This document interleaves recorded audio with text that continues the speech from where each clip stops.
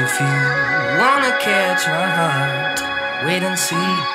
You're just another soul in here waiting for me. Oh baby, I need to feel you. Moi c'est Karl.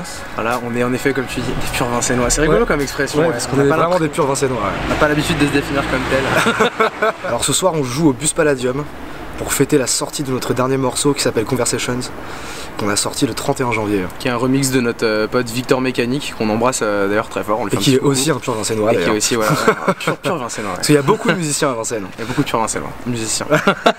Entre nous, on est potes du collège, de longue date, donc on a fait pas mal de musique et différents groupes tout au long du lycée, enfin ce truc un peu de lycéen quoi, d'avoir des groupes de rock ou de funk avec d'autres potes de Vincennes qui font de la musique aussi notamment.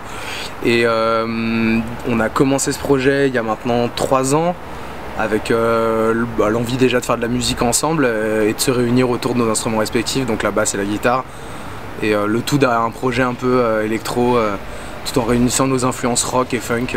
Comme disait Jim, le projet on l'a commencé il y a 3 ans, et en gros mon père a une maison de campagne à côté de Fontainebleau, dans un village qui s'appelle Barbizon, et on a décidé de partir là-bas pour créer.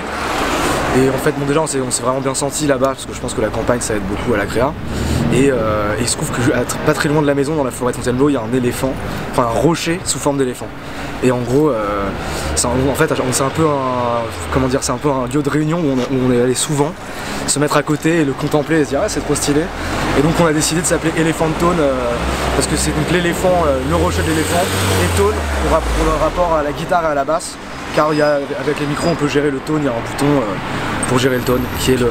Puis on aime bien la complexité un peu qui évoque un peu cet animal, tu vois, ce truc un peu fort, solide mais à la fois mature, et c'est ce qu'on essaye en tout cas de faire paraître dans notre musique, parce qu'il y a un côté assez incisif, rock, funk, mais quand même un esprit un peu de maturité avec toutes les différentes influences qu'on essaie de faire matcher. C'est pas toujours évident, mais finalement le plus gros défi qui se pose je pense à tout projet de création, et là qui est devenu assez évident pour nous au début, c'était vraiment de réussir à trouver vraiment un équilibre harmonieux dans toutes les influences qu'on citait tout à l'heure, d'à la fois garder ce côté incisif et percutant du rock tout en laissant vraiment transparaître le rythme et les grooves un peu qui viennent plus de musique funk ou jazz. Donc du fait au plus en plus de la formation, vu qu'on est deux, qu'on n'a pas de batteur, qu'on produit tout nous-mêmes, c'est vrai qu'on essaye clairement d'être French Touch et de suivre un peu tous ces gars de chez Headbanger, Justice, Breakboat, Sébastien, très important aussi.